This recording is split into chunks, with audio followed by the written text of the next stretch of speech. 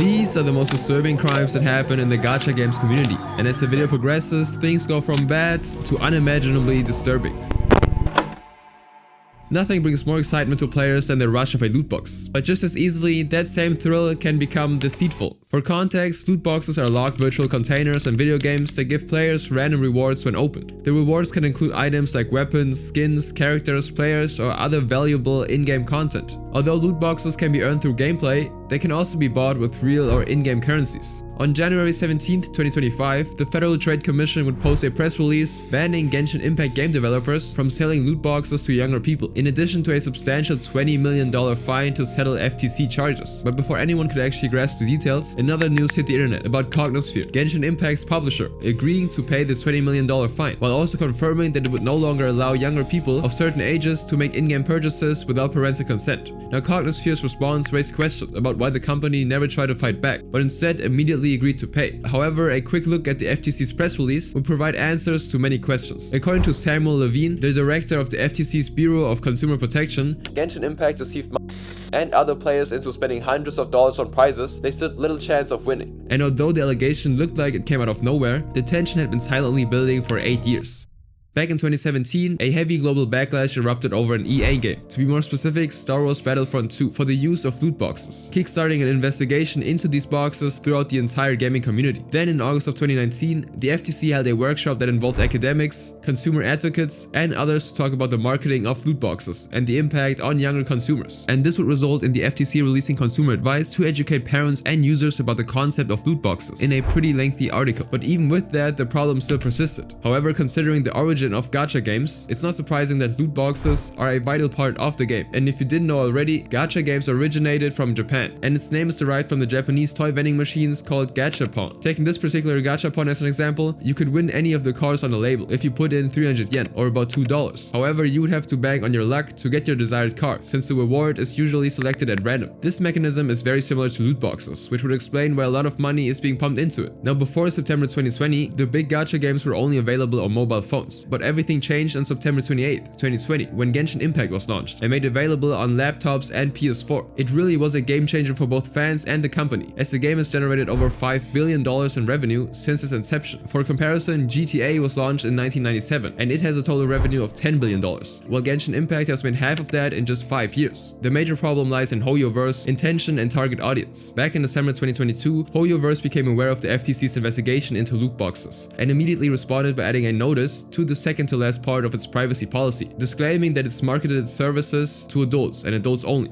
Our services are not marketed to or intended for are not permitted to use these services, and we do not knowingly collect any personal information from Though our services are not intended for as the primary audience, we may collect age information before allowing a user to proceed for certain services. But this actually turned out to be a lie, because after the investigation, the FTC discovered that HoYoverse did market to younger people by using characters that appeal to younger audiences and intentionally hired influencers who targeted a younger demographic to promote the game. This included, for example, It's Funny, a YouTuber who makes content for This video was paid by HoYoverse to make this video showing how to play hide and seek on Genshin Impact. Another example would be SS Sniper Wolf, who was paid over $100,000 to record 2 short videos promoting Genshin Impact. For context, SS Sniper Wolf has tens of millions of subscribers on YouTube and is the 2-time winner of Nickelodeon's Choice Awards in their favorite gamer category. And to make things worse, the SS Sniper Wolf promotional video was intentionally edited to trick users into believing it's easy to get the loot box prizes you really wanted. For instance, when a Genshin Impact player opens a loot box containing a 5-star prize, the game displays a golden shooting star animation. But in the SS Sniper Wolf video, the supposed 5-star win was preceded by a purple shooting star animation. This video also depicted an uninterrupted succession of 12 loot box opening animations when the game allows no more than 10 loot boxes to be opened at a time. And this situation would eventually lead to discussions within the gacha community, with some blaming bad parenting for younger people's addictive in-game purchases and others calling out the companies themselves. At the end of the day, the company released a statement confirming that the developer of Genshin Impact has reached a settlement agreement with the US Federal Trade Commission. But as weird as this was, it's nothing compared to what comes next. I have to spread my wings sometime and waste all of our money on Genshin Gacha. You know this. I set those boundaries, you narcissist. On March 19th, 2025, a Reddit user known as Creative Guard posted a story on the Am I Overreacting subreddit, detailing how her fiancé, whom we'll call Phil, blew $600 on a Genshin Impact character. Unlike most games, the thrill in Genshin Impact doesn't come from winning a match or finishing a level, but instead it's about getting the rare 5-star playable character, which are usually stronger than the others and possess unique abilities that play a significant role in the outcome of the gameplay. Players need an in-game currency called Primo Gems, which are either earned through gameplay or purchased with real-life money. In Phil's case, he'd been unlucky with getting his favorite character for so long, which changed on March 19, 2025, when he decided to try it out one more time with a credit card jointly owned by him and his fiancée. After Creative Guard found out that Phil had squandered their joint savings, she called him repeatedly, but he never responded. And shortly afterwards, Phil would send a shocking text that took the situation from bad to worse. Stop calling me. We need to talk right now. Pick up now. You're not being fair at all. I explain my boundaries to you, but you're not respecting them. This is exactly what Redacted says is violent about you. You spent $600 on our credit card on a game. I explained it already to you. $600 for 2 virtual characters you don't need, without asking, when we were paycheck to paycheck. That card was for emergencies with the Civic. Even though Creative Guard is obviously annoyed, Phil would remain unfazed, and to make the situation even worse, he would respond with a picture of Farina, the rare character he just won. You told me you wanted her too, but you aren't happy for me. Actually, I'm done. I'm a 29-year-old man. I'm allowed to make purchases without needing your permission. That is a violent dynamic. Redacted explained that very clearly to me. Yes, I said I want Farina. I didn't say we should spend hundreds to get consolations. You're an addict. You already spent all of our Christmas money on it. You are snooping into your fiance's purchases. You should take a look at yourself. To that, Creative Guard would only respond with a middle finger emoji, followed by another message that read, "This is a shared card that I set up for emergencies, and you went behind my back. Why don't you tell Redacted about your gambling addiction to video game characters?" Phil would then simply double down and threaten to call off his engagement. Actually, Redacted told me all about your coercing, and I believe you are a narcissist personality. This is why you are continuing to try and control me and control my financial decision making. You know this is my values, and I've had Farina as my wallpaper forever. I refuse to be verbally disrespected for being myself. I am battling anxiety, and you do not care at all. I don't want to get married to you. I'm not talking on the phone. I emailed screenshots for my appointment tomorrow. Thank you for giving me a horrible anxiety attack and ruining my night. And no, I didn't do a thing with Farina yet because of your calls. But while Phil's threat was meant to break Creative Guard's heart, she would fire back with a threat that would actually make any Genshin player lose their minds. I will call Capital One and dispute the charge. Your account will get banned. Try it. You will lose me forever. I'm going to Scottsdale for the night. Stop calling me for 12 hours and we can talk then. Good night. At this point, Creative Guard decided to let him be, but the next morning, Phil was back in her DM, with both an apology and a new request. Will you please answer my mom? Please. I apologize for my reaction. As I said, my anxiety is bad today, and I have to do better.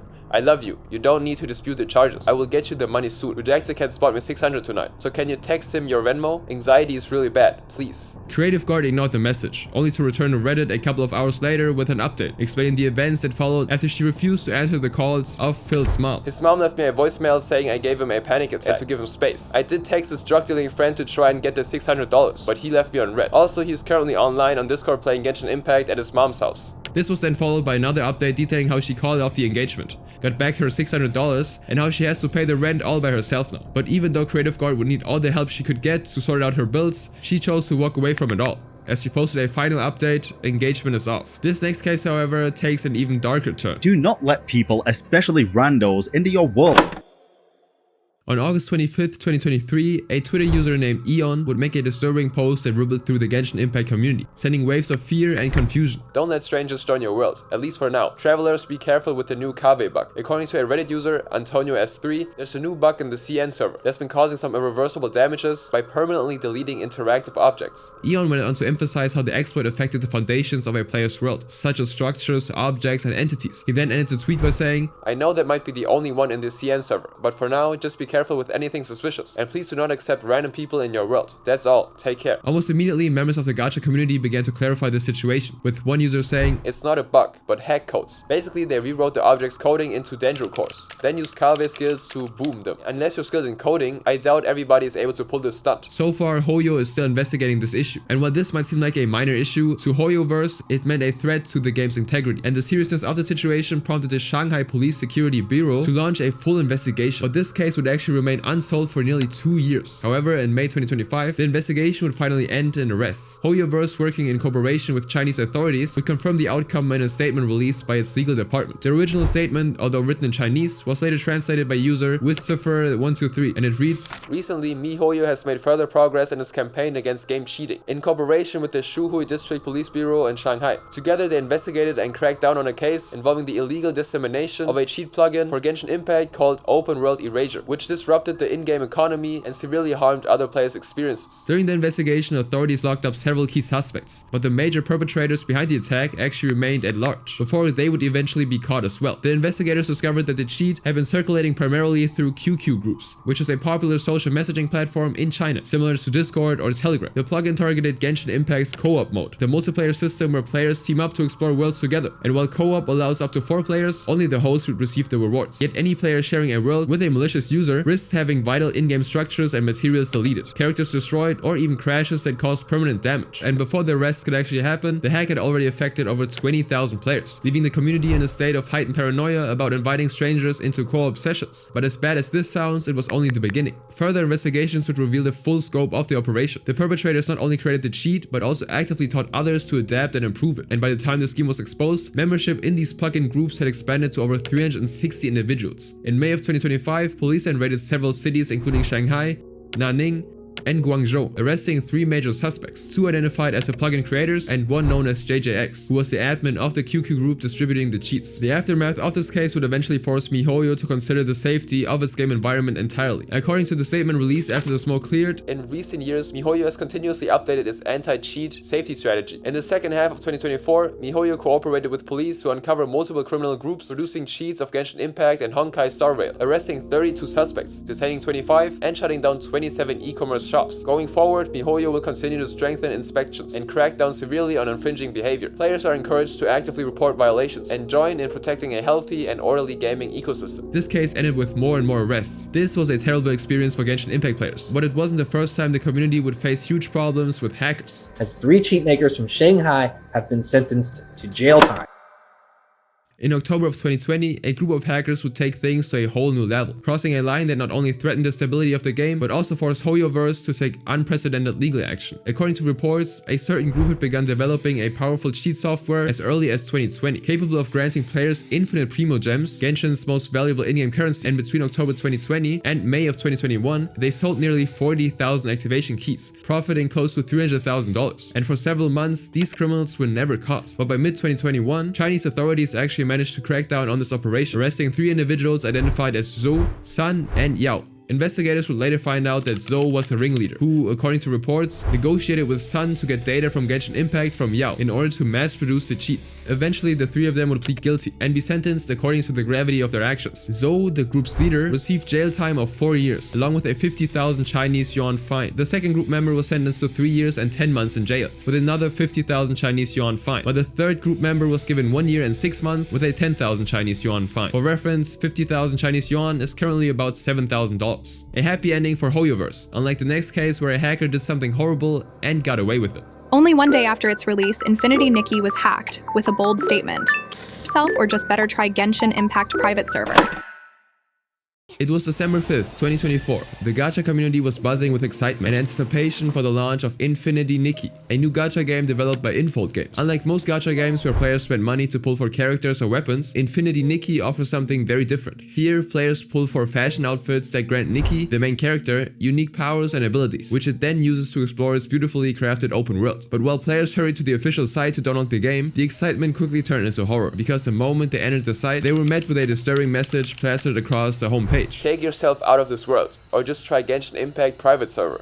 Beneath the message was a QR code, which reportedly directed users to a Genshin Impact Discord server, and within minutes, the chaos spread into the official website for Love and Deep Space, another game developed by Infold Games. For nearly an hour, both sites were taken down after their front pages got hijacked by an unknown hacker, and then, just as quickly as it begun, the sites were restored, and the message was gone, but the damage was still there. The QR code led to speculations that this was some kind of provocation from an outsider trying to stir conflict between fans of Genshin Impact and Infinity Nikki, but soon afterwards, community members tracked the attack to a Discord username known as was Keitaro_GG, although this person was never punished. Following the incident, an Infinity Nikki representative spoke to the press, describing the team's reaction as a mix of frustration and relief, explaining that while the hack was unsettling, no long-term harm was actually done. Obviously a bit of a bummer, but they're more focused on launching and making sure Nikki's birthday goes well than worrying about some bad actors ruining their big day. Despite everything, the event went ahead as planned. However, the hack launch left behind a dark mark on what should have been a pure celebration. If the hacker was caught, he would have been in serious trouble, just like the game developers in this next case. And have levied against them the highest fine in their history, the highest fine they've ever given a company,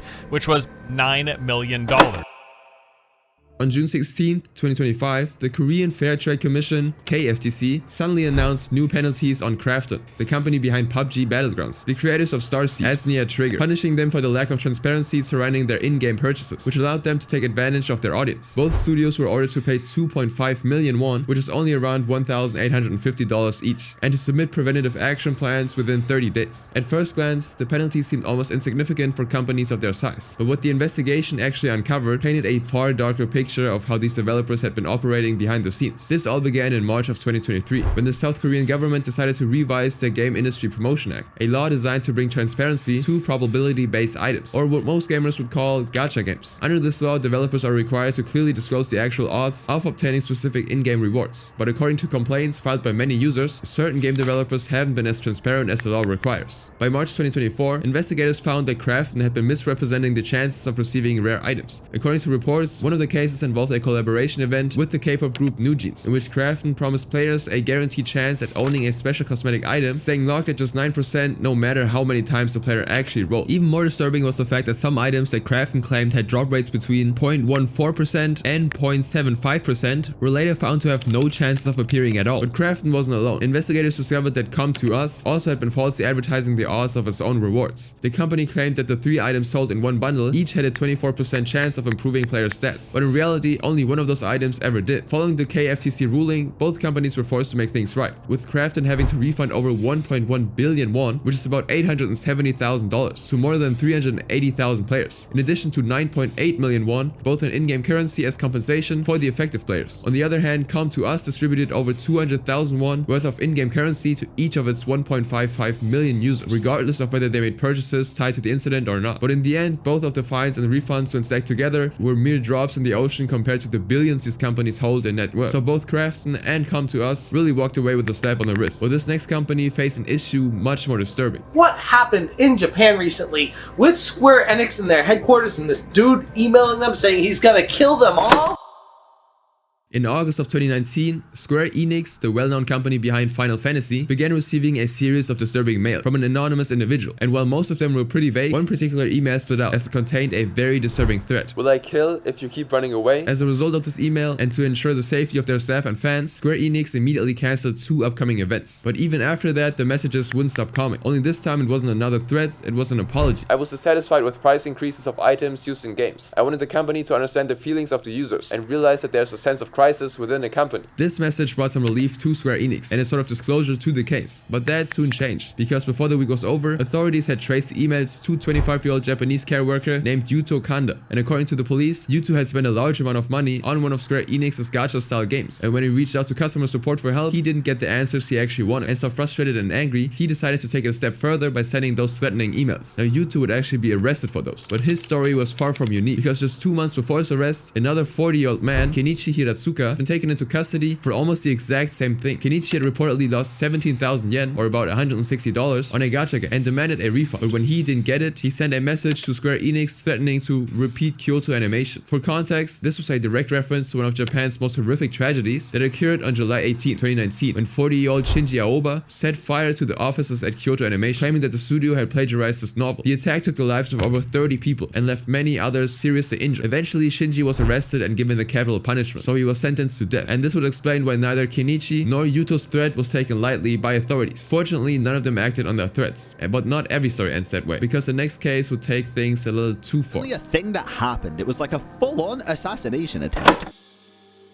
It all begins on April 22nd, 2021, when MiHoYo celebrated the 3rd anniversary of Honkai Impact 3rd, one of their earlier titles. To mark the occasion, they released a special anniversary event featuring new bunny girl costumes and an animated music video titled Brilliant Light. In the video, the game's main heroines, known as Valkyries, performed a dance wearing kinda revealing outfits. To many global players, it was just harmless fun, but to others, particularly in China, it was seen as deeply disrespectful. One user would later post a tweet addressing the outrage saying, "At the 3rd anniversary of GLB server, the Valkyries put on their exposed clothes and danced. Chinese players believe that such a plot is essentially an OOC, out of character, and a disrespect for Valkyries." He would then go into detail highlighting one character in particular. By the way, Fuhua, like Zhongli, is a symbol of China's 5,000 years civilization, and when Chinese players see Fuhua dancing on the stage in exposed clothes, they will be very sad, because they think it will be disrespectful for China. It's lamentable, isn't it? And after hours of receiving non-stop backlash, MiHoYo would respond with an apology and promise to remove every content related to the bunny girls. However, this decision would also end up creating even more division within the community. While some players supported the removal, others accused the company of caving into the outrage. Comments would start flooding in immediately, with one player tweeting, "Thanks for the crystals, MiHoYo, but seriously, what? The content is the best. I love bunny girls. It's beautiful, and I can't just understand how someone can possibly find this offensive. That's why we can't have nice things, because of some people." Another fan would also express their displeasure, saying, "Out of character, they're pixels. MiHoYo, stop letting your players bully you. This is just like the Genshin drama last time." But on April 24th, 2021, things escalated to a new level. That day was supposed to be just another day of work for most employees at MiHoYo, still the developers of Genshin Impact. But before the day would end, their usual routine would be disrupted by an armed intruder. According to reports, an unidentified man, who we'll refer to as Lin, quietly entered MiHoYo's headquarters, armed with a knife with the intention of taking out the company's founders. Now luckily, before he could actually harm anyone, the security officers at the building managed to subdue him, after which the police then arrived to take him into custody. Now the authorities immediately launched an investigation to determine the motive behind the attack, and what they uncovered was extremely unsettling. Apparently, the reason Lin was so upset was because MiHoYo made that recent change to the game. Some believe he was furious about the bunny girl content itself, while others think he was enraged over its removal, viewing it as a betrayal of the players. Another user also speculated that Lin was just another Chinese player who may have been triggered by the fact that the Brilliant Bright video wasn't broadcast in mainland China at all, due to its revealing nature. But as unsettling as this story was, the next case was so chaotic that the internet itself needed a break. I'm quitting. I lost absolutely everything. My marriage, my career, my livelihood, my will to live. On June 8th, 2024, Asian guy stream better known as Atsu, who's a Genshin Impact YouTuber, would post a tweet saying, "I'm quitting. I lost absolutely everything. My marriage, my career, my livelihood, my will to live. Keeping these secrets to protect others has felt so lonely. I don't want to live like this anymore. This document is for my closure. I want to move on." And attached to the tweet was a 34-page long document where Atsu would go into great detail about how his life took a tragic turn behind the scenes. And within minutes, this tweet exploded across social media, gaining millions of impressions and thousands of retweets, with countless creators rallying behind it. But while many of Atsu's fans and friends seemed to understand what he was going through, most people didn't really know how deep the story actually went. And it all started with the launch of Genshin Impact itself back in September of 2020. The game was brand new and booming with attention, and to keep that momentum going, countless creators began producing content about the game. Reviews, guides, and gameplay streams meant to boost its reach. But as Genshin Impact's popularity grew, so did the tension in its newly established community. And soon, small conflicts would start bubbling beneath the surface. One of the earliest dramas would involve Tectone and Enviosity, who were both prominent figures in the Genshin community, after Tectone mocked free-to-play players, claiming that all they ever did in the game was pick mints. No, Envy's not free to play, okay? That dude plays this game every day for like 14 hours. At that point, you're not free to play. Don't believe me that Enviosity is the one true mint picker. Well, why don't we go look at his YouTube channel? Mint, mint, mint. For context, in Genshin Impact, people can collect a variety of items scattered across the world, but mints are basically everywhere, very common and nearly useless. So when Tectone compared free-to-play players to mint pickers, it came off as a demeaning joke, aimed at those who either couldn't or didn't want to spend money on the game. And this started a minor feud that would eventually fizzle out after some back and forth, bringing a temporary calm to the gacha community. But that peace and quiet wouldn't last too long. As content slowed and creators ran out of excitement, boredom began to set in within the community, with some creators even claiming that the Genshin scene was dying altogether. And then MiHoYo made a move that would reignite the community, and ironically sparked one of the most chaotic controversies in gacha history. On January 5th, 2022, MiHoYo introduced two new Genshin Impact characters, Yoonjin and Shenhe, both of which were visually stunning. And Yoonjin would come with a twist, a very rare ability to sing not just any song, but a traditional Chinese opera.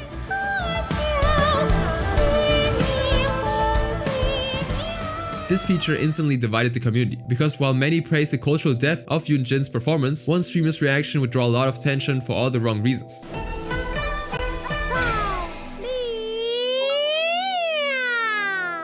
It sounds like she's calling an ambulance when chat's ears are already bleeding.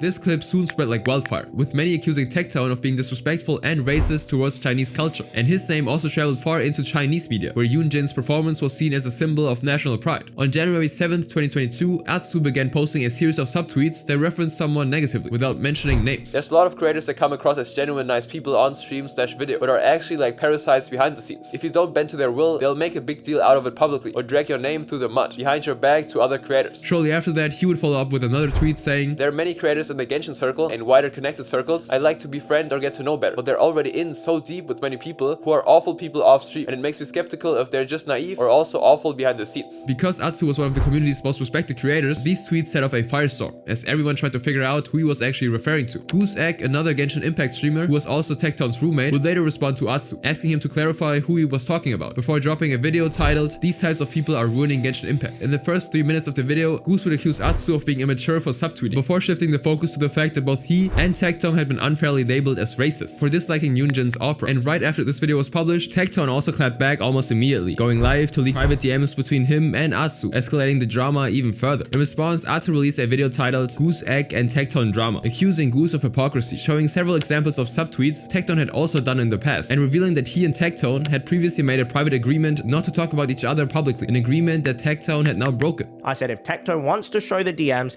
he can. Goose did not relay that information to Tecton.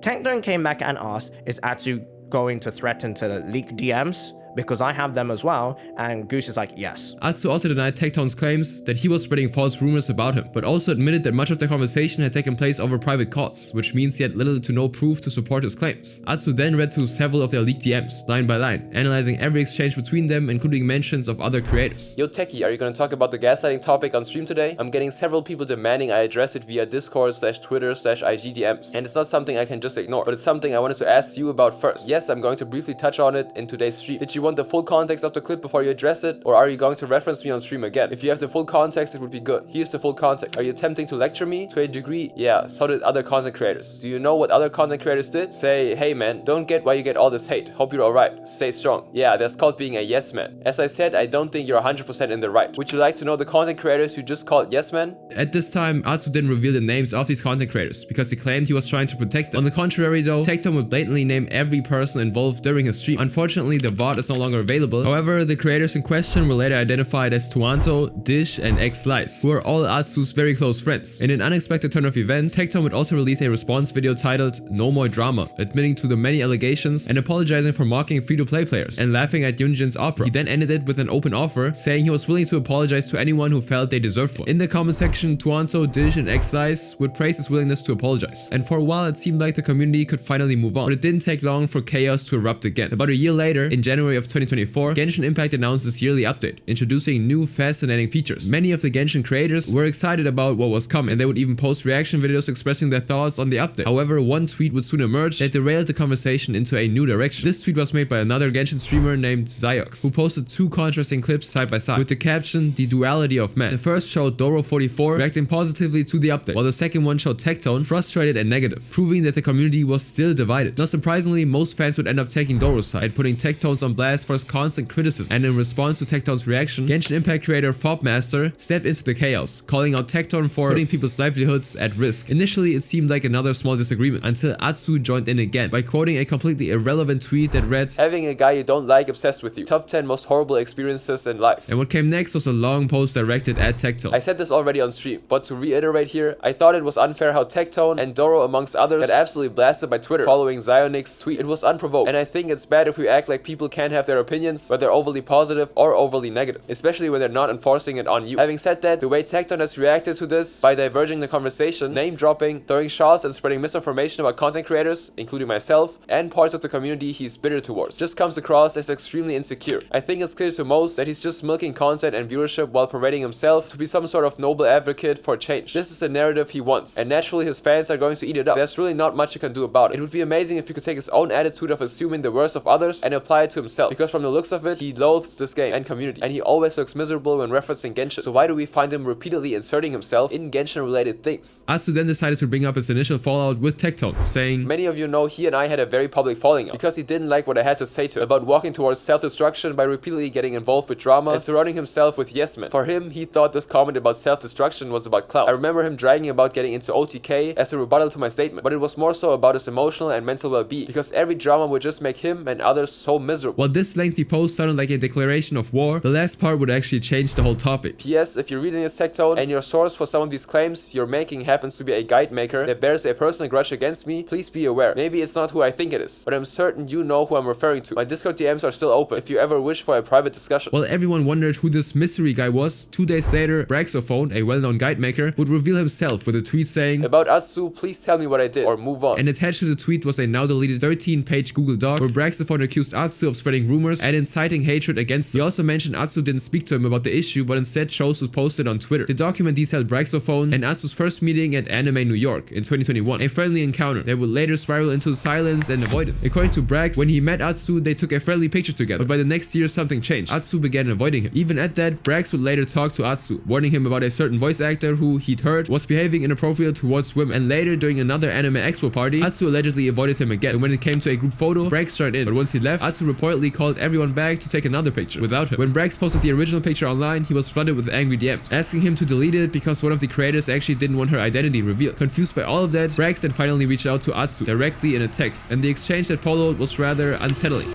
I wanted to ask you though, is there something I did but I've really sort of felt like you might be avoiding interacting with? And if that's the case, I just want to know if there's something I did that you didn't like. Again, I don't really think everyone needs to be friends. I would like to at least not be on bad terms with people though. Hey Brax, I don't consider to be on bad terms with you, but I do keep you at arm's length simply because I don't really know you that well, and I found it a bit uncomfortable how eager you came across in trying to befriend me. It almost felt forceful post New York and even post LA. Certain tweets and actions I saw over time continue to reaffirm to me that it was probably indeed in my best interest to keep you at arm's length. Well, I would like to elaborate more. I can't say in good faith that I trust you to respect certain degrees of privacy or to keep things truly confidential. I don't think you're a bad person, but I also don't think I can really vibe with you on a friend level. Thanks for the honesty. Brax would also discover that he'd been blacklisted from Hoyoverse events, while everyone else in his circle received invites. And when he tried to clear the air again, Atsu had already blocked him everywhere. He then concluded his document with one final message. I would have never said a word about it again if Atsu hadn't brought it up again. I genuinely can't believe he thinks I'm that evil, scheming to destroy the Genshin community and its creators via Tectone. Absolute insanity. You've already destroyed my mental health and relationships with plenty of people. I haven't talked about this with anyone in months. Leave me.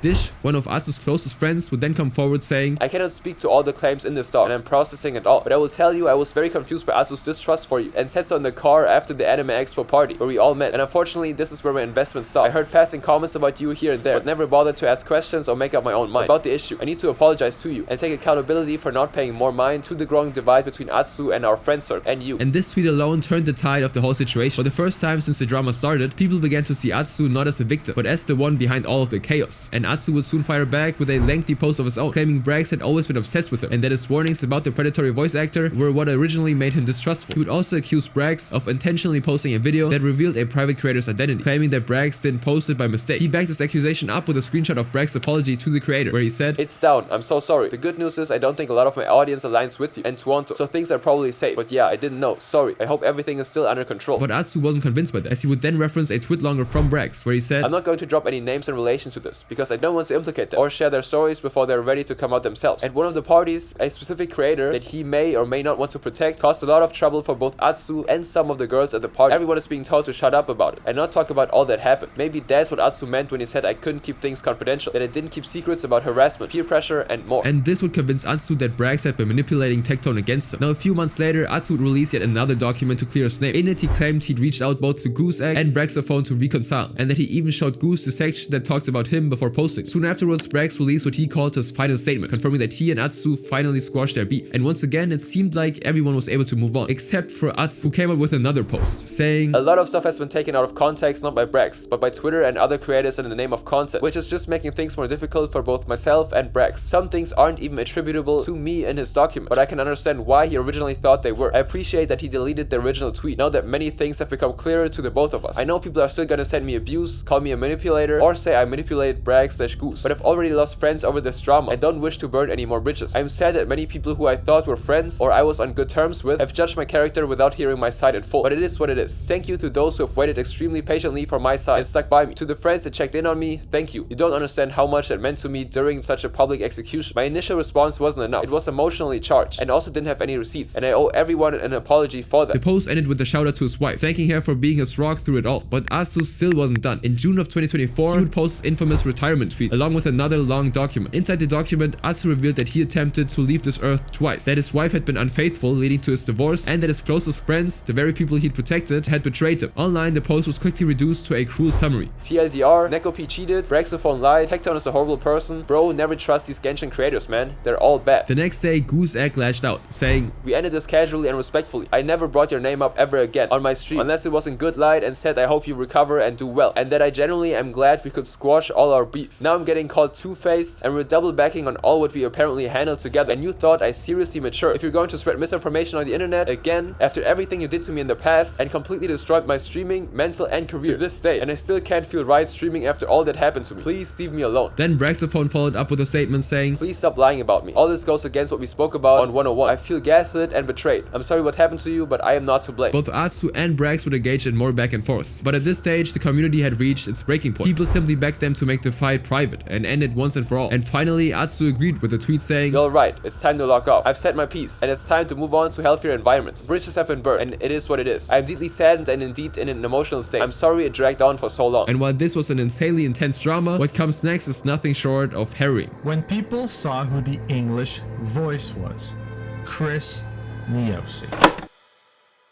On June 18, 2024, Honkai Star Rail dropped a bombshell that would send the whole gacha community into a frenzy, introducing brand new characters packed with exciting features and abilities. But of all the characters released on this day, the one known as Mose would be the start of one of the most disturbing cases ever seen in the community. While Mose stood out for its unique design, the fans also focused on it being a 4-star character instead of a 5-star. This is because Mose's role and kit looks too good for a 4-star, and this wave of excitement would continue to rise until a user dropped a comment that would turn the hype train into a different direction. Please Google Chris Niosi. I'm shocked that he was given the role considering everything. Right on the reveal post is the name Chris Niosi, and a quick Google search paints him as an American A-list voice actor, known for various works that earned him a cult following among younger audiences. But scroll just a little further and the tone shifts. A Tumblr post appears titled, it's time that I apologize for all the people I've hurt. An apology post written by Chris. However, the story doesn't start there. On July 14th, 2019, a post appears on Tumblr titled, Chris Kerpover Niosi is an emotionally violent, terrible person. And as disturbing as this title sounds, the content of the post is even darker. Chris Niosi is violent, and people need to know the truth about him. My name is Amy, and I am hopefully his last ex-girlfriend. I dated him from September 2017 to April 2019, and it was a miserable experience to say the least. I try to be an open-minded person with an even more open heart, but that was a waste of effort, because this man is a piece of bad thing, and it is entirely his choice to be one. Amy would then list the horrible things Chris did to her while they were dating, which includes blowing up at the smallest things, not taking responsibility for his bad behaviors, and absolute disrespect for Amy's bodily autonomy. Although we're not going to do a deep dive into the post, there are certain things in Amy's post worth mentioning, including the part where she says, I asked him to set boundaries with his ex, and he battled me so much that I asked him to cut contact completely. He fought tooth and nail to keep talking to her despite how much this bad deed was damaging, and he even called me the unreasonable one. She contacted him one day out of the blue, and he came to my office to take me out to lunch, only to keep me hostage in front of my office building that I must give him the blessing to respond to her. He refused to take no as an answer and was shouting at me. I felt forced to say yes, even though I truly did not want to, or else he would continue making a scene in front of my workplace. One other point that would be relevant to the story is the 9th point on the post that reads, first of all, Chris Niosi was planning to intimately take advantage of me. When I was very intoxicated on my birthday last year, he even tried to tell a friend that he implied permission from me when confronted about it, which is absolutely not true. That only gave me confirmation he knew exactly what he was doing. Thankfully, I was aware enough at the time to tell him to back off, but it disturbs me to this day. He saw me being drunk on my birthday as an opportunity. According to the lengthy post, after Amy broke up with Chris, he kept contacting her and would become even more toxic before eventually asking her to be his friends with benefits. And with these types of accusations, it wouldn't take long for the post to go viral. And one of the parts that got a lot of attention was where Amy implied that a lot of people have made similar accusations about Chris. And just a few scrolls downwards, a similar post from August 2016 would appear, titled Publicly Acknowledging Your Wrongdoings, the Corbofa 2016 edition, written by a user named Kalen Crow. Kalen Crow started his post with background information of how he met Chris back in 2004 and how he's been a horrible person since then. However, midway into the post, he says, if I chime in, I hope it makes a lick of difference, but there's a reason that the saying, don't meet your heroes, exists. What you see of Chris Niosi online is the tip of the iceberg that he wants you to see. You're only privy to the 1% that Niosi has full control of. You will never meet someone someone more self-absorbed and selfish as Chris Nyosi. In this extensive expose, Kalen Crow detailed how he witnessed Chris being violent to so many people and how he would hurt everyone around him. And in a shocking revelation, he then mentioned how he'd actually called Chris out in 2014. But 2 years later, Chris was still keeping his head high and he never responded to the allegations. Now at the time, it wasn't clear if Chris saw the call-out post from 2014 and 2016, but Amy's post in 2019 gained so much unexpected traction that Chris decided to come forward, giving his side of the story. My name is Christopher Nyosi, also known as Kerbuffer. I'm 30 years old, and for about half of my lifetime, I've horribly mistreated and abused friends, colleagues, and even my significant others. It is time that I addressed each and every one of these people and responded to their feelings with individual apologies for what I've done to hurt them. This contains a master post containing all of the appropriate posts in one location, so that the people they've been written for, along with anyone else who wishes to read them, can easily access the information. His post made it clear that he was indeed called out in 2014, as he claims it made him want to leave the year. But according to him, Amy's post made things even worse, pushing him deeper into depression. Admittedly, Chris didn't respond the first time he got exposed, but now he believes writing an apology is a sign that he was getting better. In his response, Chris added links to apologies he made for the individuals he'd hurt and labels them with their names and relationships to him in the past, including former girlfriends, former employees, former colleagues, former friends, and former fans. He would then end the apology with a personal note to his victims, saying, "To all of those whom these are meant for, I hope you will see them and read them. I have no expectation of what each of your individual feelings will be, but know that I tried to be as thorough as I possibly could, to take responsibility for all the things I know for certain I'd done to hurt each of you. I went through as much of your words for as many accounts I could find, and refreshed myself on, as well as recounting my own memories, to address as many problems relating to each of you personally as I could. I understand that in addition to probably not accepting these apologies, or forgiving me for any of my actions, that these might not be good enough in terms of how much I covered, the general detail of everything, my level of sincerity, and much more. I will not make excuses for if they are not to your satisfaction." Now Chris would actually end up deleting all of his apology posts, but thanks to the Wayback Machine, everyone invested still got a chance to read each of them. However, for the sake of context, we'll only take a look at the apology post Chris wrote to Amy. "Amy, I failed you. No amount of apology I could ever give will ever make up for that. You were justified to leave me, and you were actually equally justified to cut ties with me. I was a terrible partner and I made you feel awful. Thus, the absolute least I can do is to take full responsibility for my actions and respond to your feelings openly. I failed in treating you with real respect. You should not have to put up with my childish temper, day in and day out, and it's even worse that it made you fearful. It was never my intention to manipulate you, but that's no excuse. It was my fault you were ever made to feel this way. I should have taken more responsibility for my toxic behavior and changed. You did not at any point ever deserve to be treated that way, because none of it was your fault." He then also addressed the birthday party incident, saying, "Regarding what happened on your birthday, I never once believed I had any form of implied permission to do anything like that to you. Somehow this wasn't communicated properly, and I deeply apologize for that. I swear to you, I never thought that. I never had any intention of doing such a thing. Even that aside, while I know I've done a lot of horrible things, especially to you, I also know that I did not and would never, ever in my life try to intimately take advantage of anyone. But the fact that the takeaway from what I hoped was going to be a really special day for you is something as heinous as that, I have no words. I'm so sorry that I somehow gave you the impression that I had such intentions, and I'm sorry that I made you feel that way." On the surface, it sounded like Chris owned up to his actions, but after Amy read his post, she responded with, "I read your post. I read it at least 5 times in fact, and I'm not impressed. This is an apology for being a bad boyfriend, not a violent boyfriend. Did you even notice that the words violent or violence don't even come up in your post? Of course you did. You're trying to pass this off as you being subpar at relationships, and not the fact that you were emotionally violent to me. You're dismissing the one thing people are concerned about. Claiming that what happened on my birthday was miscommunication is a weak excuse. Very, very weak. If you really want to go there, I will remind you that on June 11th, 2018, after Sony's E3 conference, I was drunk and you wanted to have intimacy. We attempted, and I decided that drunk intimacy wasn't for me, and said that I didn't wish to try that again. That was the rule we established. Drunk intimacy is off the table. And yet on my birthday, later that year, you saw how intoxicated I was, and thought you could try it anyway. Miscommunication? No, I don't think so. Not to mention you completely glossed over the part about how you kept me hostage in your car in front of my office building. Out of everything, that was honestly the most horrifying thing you did to me. You forced me to do something I didn't want to do. I was too afraid to leave the car and go back to work because I thought you would follow me out and scream at me the whole way for all my co-workers to see. You took advantage of me in a place that I had but no choice to give you what you wanted. Do you understand how wrong that is? Why didn't you talk about this in your apology?" On the same day, Chris tried to redeem himself by responding with another post. "Even in my wanting to set things right, I failed you yet again. I'm sorry. I will be more explicit. You're right.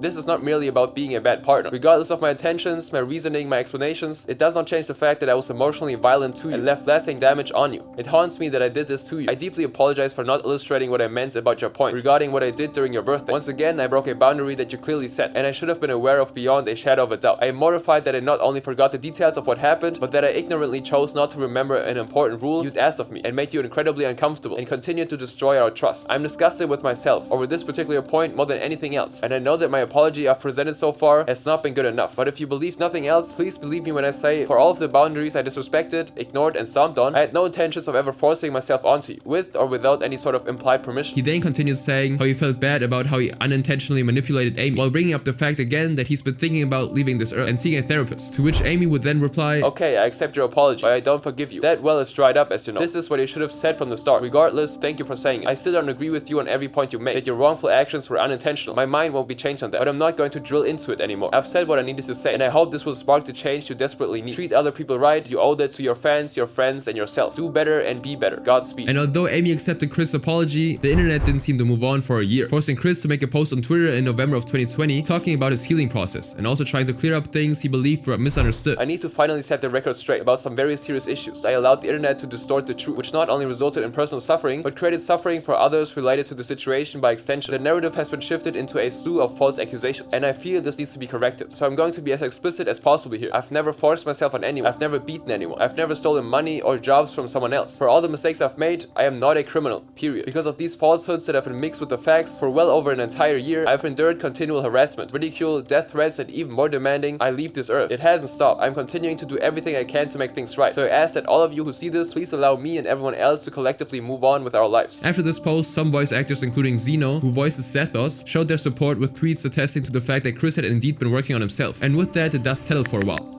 Until 2024, when the tweet mentioned earlier surfaced on the internet again. While Chris was facing backlash in 2024, Griffin Puatu, who's the voice actor for Sunday, another character in Honkai Star Rail, would tweet in support of Chris saying, "I wanted to make a post regarding the Chris Nyosi situation. The reason why? Many of us had front row seats to everything that happened, and know that Chris has apologized, changed, and grown. We are happy he's working again, and gets to pursue a living for himself in an industry that he loves dearly. My hope in voicing support for Chris is to broaden the discussion and provide another side to the story. Right now, Twitter/X is drowning in negativity, with death threats and calls for his firing running rampant. This type of toxic discourse is why I left the platform back in 2023. I no longer post there. I keep an account to respond to casting calls and auditions for my job, but I refuse to add fuel to the heaping trash fire that it is. I know posting this puts me at risk of the same sort of vitriol that Chris is facing right now. I would rather stand up for my colleague than remain silent." Now this post actually only worsened Chris' situation, attracting even more negative attention across different social medias. And so on July 22nd, 2024, Chris eventually tendered his resignation from his role. But while it seemed like the most disturbing case in the Gacha community has just been concluded, what comes next is even more brutal. A Genshin Impact English voice actor accused of misconduct. On February 7th, 2023, a Twitter user known as Fredcore would post a series of tweets accompanied by a Google Doc detailing some disturbing allegations against Elliot Gindi, the English voice actor behind the Genshin Impact character named Tighnari. This post would send shockwaves throughout the Genshin Impact community, but before anyone could actually dismiss the allegations as another internet troll, Fredcore would follow up with a tweet that silenced much of that doubt. "By the way, I'm not just some rando. I was one of Elliot's main Twitch and Discord moderators. That's how I got all of this information." For context, Elliot Gindi is an American English voiceover artist known for iconic roles, like Billy and Team Yell in Pokemon Journeys, the series. But again, his major breakthrough would come from voicing Tighnari on Genshin Impact. And ironically, while the role pushed him to an even bigger audience, it would be responsible for his downfall as well. Within hours after Fredcore's post went up, the community would erupt in complete chaos. But then Google would suddenly remove the document for violating the terms of service. However, Fredcore wasn't done. Shortly after confirming that the document had been taken offline, a new link would surface, this time containing a series of shocking private conversations between Elliot Gindi and multiple individuals. And what those messages revealed would change everything. The first case in Elliot's expose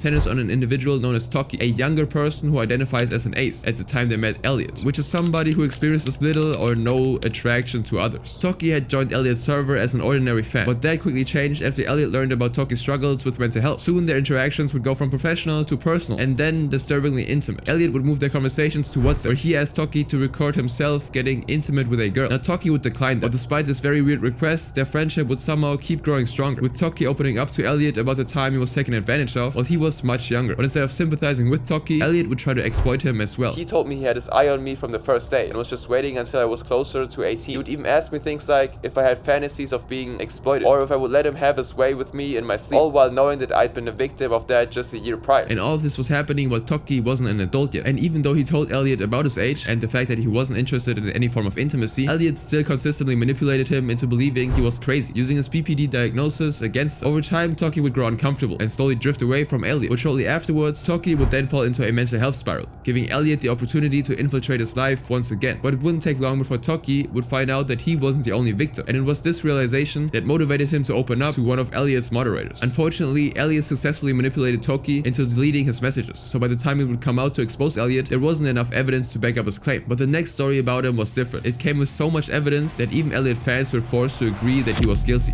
This victim was a young fan named Kazuya, who claimed to have been obsessed with both the character Tighnari and the voice actor behind the character. I was following the English voice actor for a while, but I didn't exactly reach out to him. I would watch his streams, etc. One day I wanted to share my Tighnari art with him and send him on the Instagram DMs. We talked normally for a while, and then he turned the vanish mode on to ask me for my explicit pictures. It went for a while, and he kept asking for more and more stuff. Videos, voices, and very disgusting requests. He would also ask me to do it with my girlfriends and share the footage with him. I did whatever he asked because I was heavily associating him with the character I was so obsessed with and made me feel like I was getting closer to him. In the screenshot Kazuya shared, Elliot wrote, "Good girl. I don't mind if you get with girls as long as they're cute and hot and share. I want to be enough for you though. You are, baby. I'm just saying, I don't mind you getting girls. It's hot." The next screenshot shows Elliot discussing his meetings with Kazuya, saying, "I'm going to be really intimate with you when we meet. Hope you come to the US soon. If you come to the US, get yourself tested first, so I don't have to use protection." In another screenshot, Kazuya would notice that Elliot had saved some of the messages she sent to him, but when Kazuya asked why, Elliot just apologized, promising it would never happen again. And this seemed to be the end of Kazuya's story. But the next victim came with a truckload of more screenshots that were even more disturbing. And it's the conversation between Elliot and another younger person named Faru, who also went by Doe or Basil. In the first screenshot, Elliot can be seen telling Faru he couldn't wait to get his hands on her, before asking her to do stuff to herself until she was done. Faru refused, citing her age, and Elliot started apologizing profusely, but it wouldn't take long for him to resume the same kind of explicit conversation, despite now being aware that Faru was only